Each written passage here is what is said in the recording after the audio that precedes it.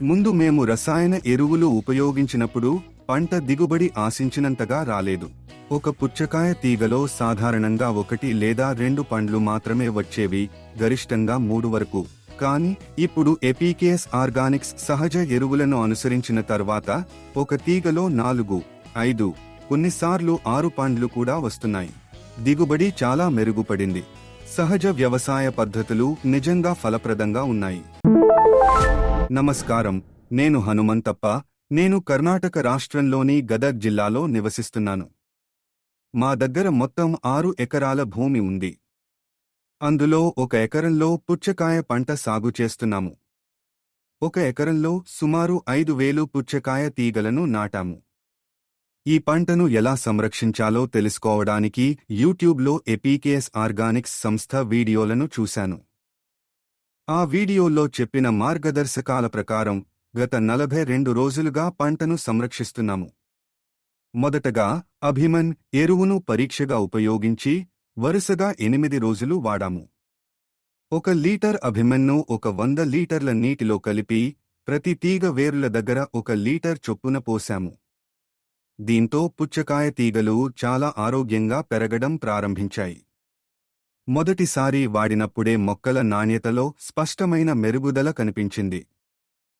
1 వారం విరామం తర్వాత రెండోసారి కూడా అభిమన్ను వేరుల దగ్గర వాడాము. దాని తర్వాత తీగల పెరుగుదల మరింత మెరుగుపడింది. తర్వాత ఆర్బిక్స్ ఎరువును ఉపయోగించడం ప్రారంభించాము. పెరుగుదల దశలో ప్రతి 15 రోజులకు ఒకసారి ఆర్బిక్స్ను వాడుతున్నాము. 1 లీటర్ నీటిలో 20 మిల్లీ ఆర్బిక్స్ కలిపి స్ప్రేయర్ ద్వారా తీగలపై పిచికారీ చేస్తున్నాము.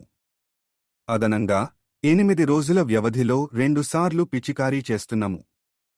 దీనివల్ల తీగల వేర్లు చాలా బలంగా మరియు ఆరోగ్యంగా పెరిగాయి.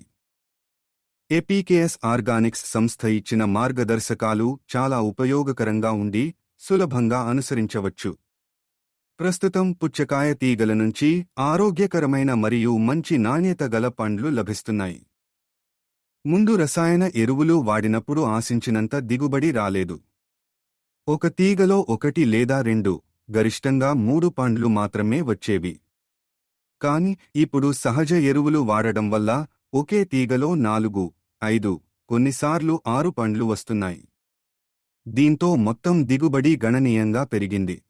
సహజ వ్యవసాయ పద్ధతులను అనుసరించడం వల్ల కలిగే ప్రయోజనాలను మీతో పంచుకోవాలనుకుంటున్నాను. మేము ఈ పుచ్చకాయ పంటను 40 రోజులుగా పెంచుతున్నాము. ఈ తక్కువ కాలంలోనే పండ్లు రావడం ప్రారంభమైంది. ఇంకా 20 రోజుల్లో అవి పూర్తిగా కోతకు సిద్ధమవుతున్నాయి. ధన్యవాదాలు.